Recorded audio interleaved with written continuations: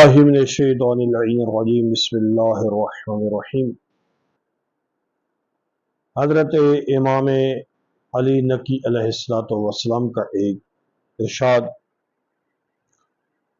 امام علیہ السلام فرماتے ہیں کہ ہمارے آبا و اجداد سے نقل ہوا کہ جناب امیر علیہ السلام فرماتے ہیں کہ رسول خدا صلی اللہ علیہ وآلہ وسلم نے ارشاد فرمایا، ادخلت الجنت، میں جنت میں داخل ہوا، یا ادخلت الجنت، جب میں جنت میں داخل کیا گیا، یعنی جس وقت رسول خدا صلی اللہ علیہ وسلم معراج پر تشریف لے گئے اور حضرت کو جنت کی سیر کرائی گئی۔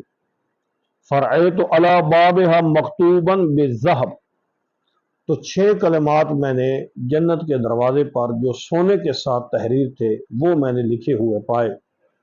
بہت ہی عظیم کلمات، ہر مومن کا ان کلمات کو سننے کے ساتھ دل روشن ہو جاتا ہے۔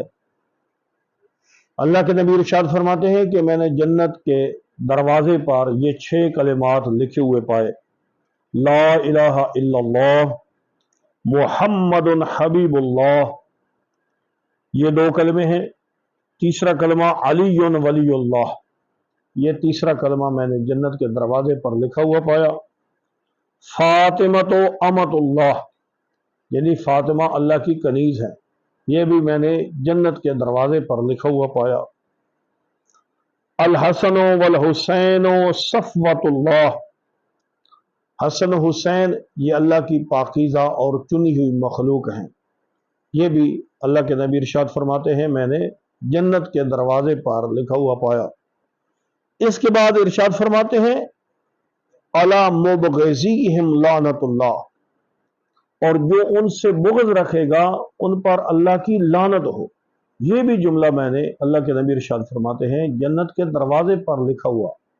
یہ آپ اندازہ کیجئے کہ جو اہل بیت پیغمبر صلی اللہ علیہ وآلہ وسلم کے ساتھ بغض رکھتا ہے اس پر جنت کے دروازے پر بھی لعنت لکھی ہوئی ہے۔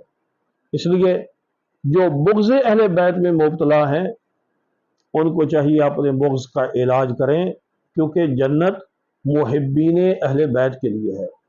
جو بغض اہل بیت رکھتے ہیں ان کو کبھی بھی جنت نصیب نہیں ہوگی۔